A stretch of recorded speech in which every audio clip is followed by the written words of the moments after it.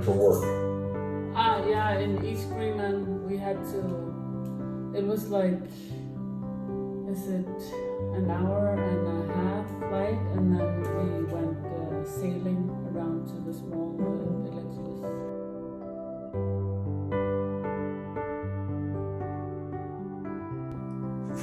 Hi Paarma, good morning.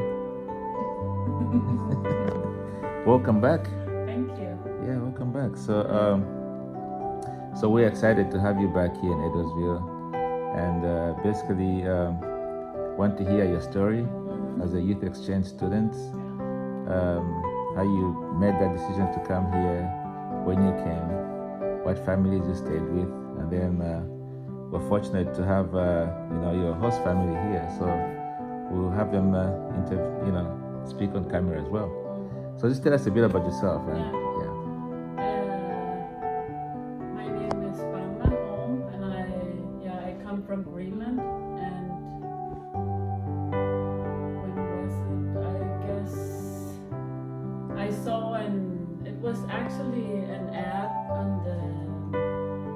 a paper that you could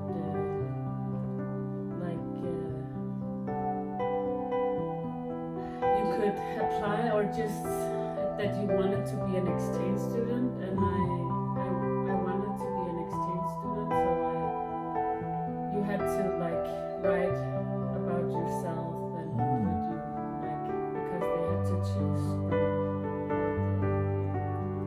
the people, and then I was chosen by but it was like we have a Rotary in Greenland in also, so yeah. And then I went to Denmark because our Rotary club is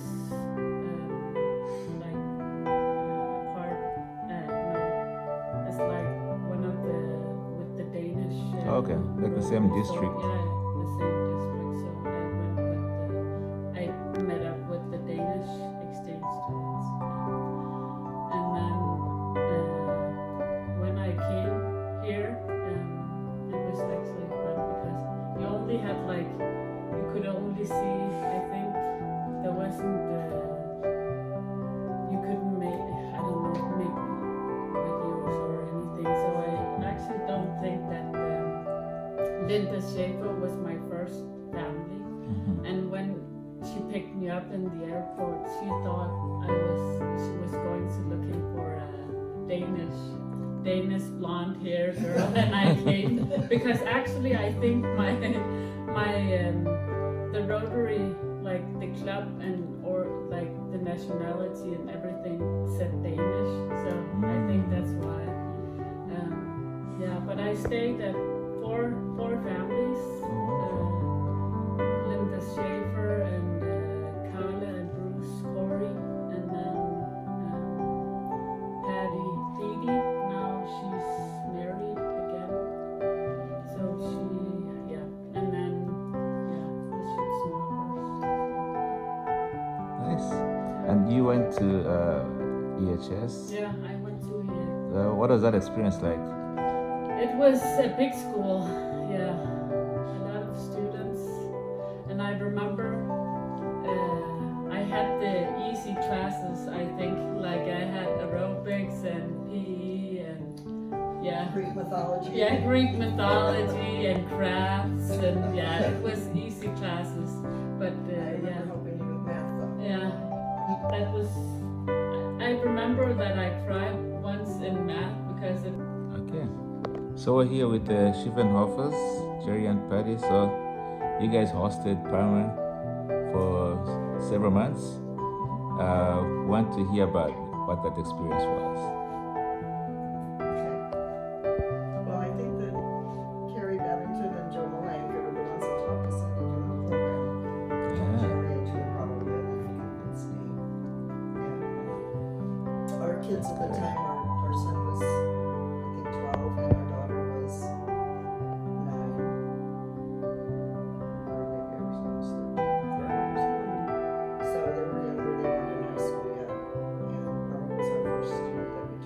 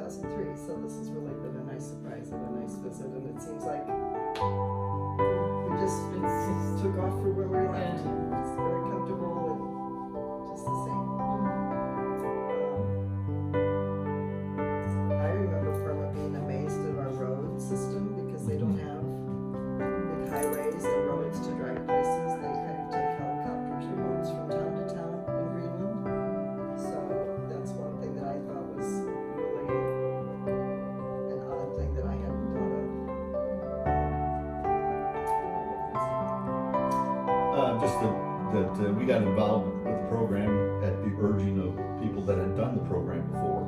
And we thought it was really great for our kids along the line, but it ended up being also great for our friends and the rest of our family, because we were always including them in the different holiday celebrations, and we had friends that would took Paarma to Chicago, you know, for a trip, and we'd have other friends that would want to take her other places, and so I think it's an experience that was great for us personally, and our kids really grew from it, because we had 3 exchange students in a row. We had Paarma and Gerry and Lucas for those 3 years, so it was perfect timing to have the kids reach out and learn something about other cultures, Right. and look at the world maybe a little different way. But you know, overall, you know, we made so many friends and acquaintances just with Paarma, or she met so many of our friends and acquaintances, that we had a little party for her while she was back, and everybody remembered her and everybody saw her again. So,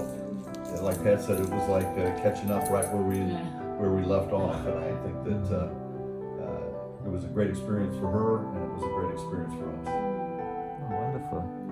So you're the third child almost when she came.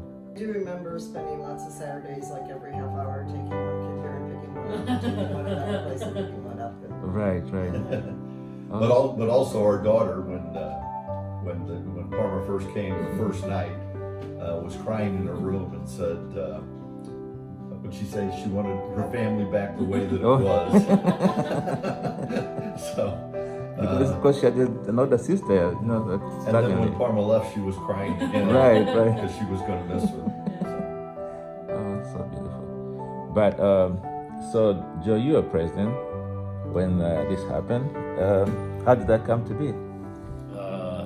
Yeah, I didn't realize or wasn't thinking about it, but yeah, I was president the year that Paarma was here. So,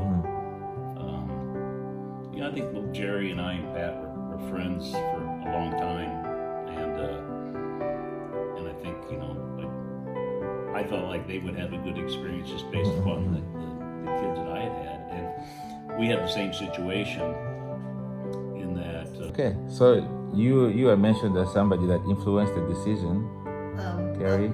I had by that time I had 2 exchange students myself. One before I became a Rotarian, and one when I moved to Edwardsville and became a Rotarian. And it was very positive experiences both times. I think that it is very positive for the Rotary Exchange program that Paarma came back here after 20 years to attend her high school class reunion. And so that just shows you, you know, the bonds that were created, and she went and had a great time and reconnected with a lot of her old friends that she hadn't seen for 20 years. I came back. I have a son, he's 9, and I wish I would have brought him but to show him. But I guess I can come another time. Were you 18 then or 19? When I was 18, I turned 18 that day. What day was your birthday? 31st of May. So that would be a young senior here. And did you have siblings at home, brothers and sisters? I'm You're an only child? That would be hard for your mother to Yeah. and then your parents to send you across. But actually, right back then, they divorced, and she said she was actually happy back then that I wasn't there because she met her husband back. So it worked out. Yeah, it worked out. So does South Greenland get a lot of snow too? Not as much as what we do, but actually, we also don't get as cold and as much snow as they do in Norway. Like I think it's from the next towns, they have like sled dogs, so they can only have dogs, like they can have. We were talking about golf the other night, and I asked her if there was golf Yeah. in her city, and she said yes, and so I looked it up, and it's the main golf course. Yeah. But then they talked about, they used to have a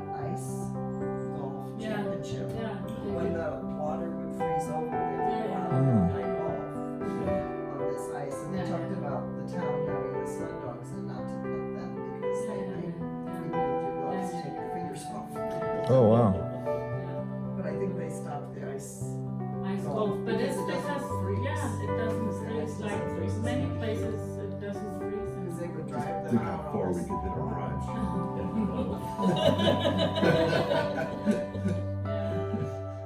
My friend, she actually started playing golf and she asked me if I wanted to, but I don't think. One 9-hole course, it seemed like it'd be a little tough to get on. But how many people are in your city? 30,000. Yeah. Oh, that's a big one. No, 20, around You said 20. 19. Now, are you in the southern part of Greenland or West, she's in the middle. Yeah. West middle? What's the capital? What's the capital? Look. It's just 19,000. Because a lot of the towns are very small. Yeah.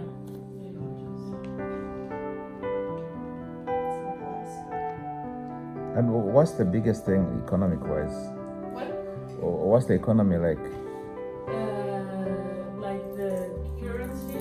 No, the biggest economic activities. That must be fishing, like prawns. Shrimp. Yeah, shrimp, yeah. Commercial fishing. Archie's got you on camera. Do you have Yeah. manufacturing over there at all? How many people in the entire country? I think around 60,000. 60,000. Whole country? Whoa. Does that count the military base or no? All of it. So the military base, is that a US base? Yeah.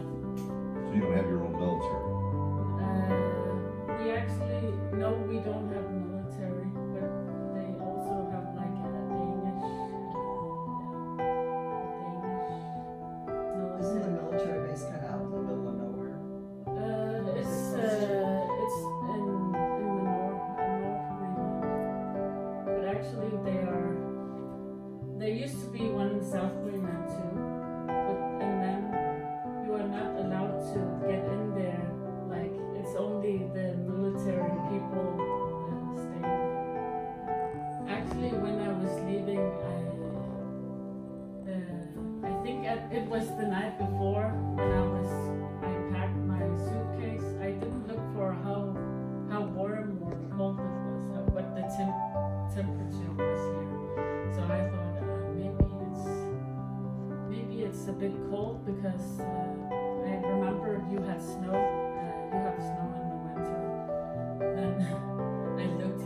Oh, it's hot. I think I need to have some other like more summer clothes than I was thinking about packing. So yeah. What's the hardest thing about youth exchange? Yeah. Like when I came, I think the first 3 months of the stay, it's like that's the hardest part. That's where you have to like also your host family, but also your family has to like just keep you in because you are a bit homesick. Mhm. The first 3 months, everything is new, and even though back then I thought, oh, I can speak some English, but I wasn't actually that good as I was thinking. So some things I had to look up in the dictionary. Back then we didn't have like an app. You could just write. Mhm. Yeah. So, but after those 3 months, it gets easier and you get friends. And, So how did you communicate with family back home? I think I called every Sunday or something. I think we had like we had a rule, not a rule, but I couldn't call that often also because maybe it would be harder for me. So I just would sit and I call. don't know if we had guidelines on I think so. I think so. Yeah, they might have, but Yeah. they don't want you to stay too close in touch with your family. Yeah. Then you don't let go. Right. Yeah.